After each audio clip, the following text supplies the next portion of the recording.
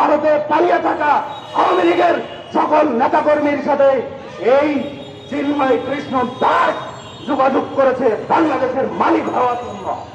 আমি আরো স্পষ্ট করছি, ভারতের আদানি গ্রুপের মালিক পরিচালক তার সাথে এই চিন্ময় কৃষ্ণ দাসের যোগাযোগ রক্ষা করেছে।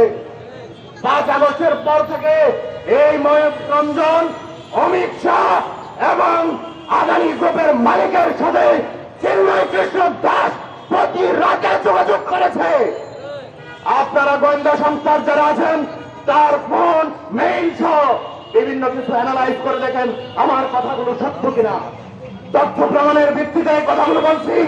শুধু তাই নয়, আওয়ামী লীগের 1 ডজন নেতাকর্মী শীর্ষস্থানীয় যারা এখন ভারতে বসবাস করছে তাদের সাথে এই ময়ূর রঞ্জন সহ এবং ভারতে পালিয়ে থাকা আওয়ামী লীগের সকল নেতাকর্মীর সাথে এই চিন্ময় কৃষ্ণ দাস যোগাযোগ করেছে বাংলাদেশের মালিক হওয়ার জন্য। তাই কথা পরিষ্কার, এখানে শুধুমাত্র ইসকনের মাধ্যমেই হচ্ছে না, আওয়ামী প্রেতাত্মাদের বরিষ্ঠ যোগাযোগের মধ্য দিয়ে, তাদের অর্থনৈতিক সুবিধার মধ্য দিয়ে আমার ভাই সাইফুল ইসলাম আরিফকে শহীদ করা হয়েছে। এ দেশকে অস্থির করবার জন্য নীল নকশা ভারতে বসেই শেখ হাসিনা করছে।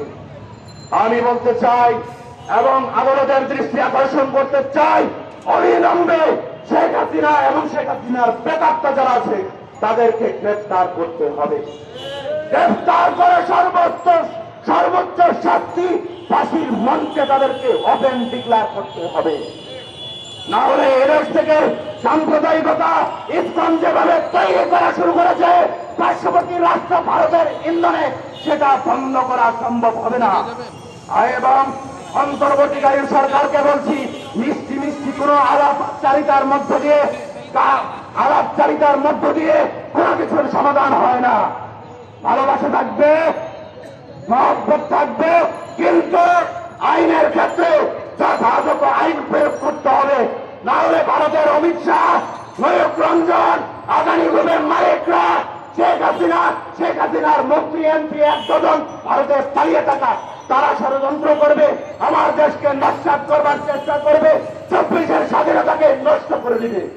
তাই বলছি, গত রাত্রে আমাদের ভাই, আমরা মন চাইলে সমালোচনা করি, তাদের যদি সমালোচনার জায়গা থাকে সেগুলো সমালোচনা করি। আপনার সার্ভিসদের উপরে এক ধরনের বর্বরচিত হামলার পরিকল্পনা করা হয়েছিল পার্শ্ববর্তী রাষ্ট্র ভারতে বসে শেখ হাসিনা করেছিল। তাদেরকে অবিলম্বে গ্রেফতার করে তদন্ত করে আইনের আওতায় আনতে হবে, না হলে দুর্বার আন্দোলনের মধ্য দিয়ে বাধ্য করা হবে ইনশাআল্লাহ।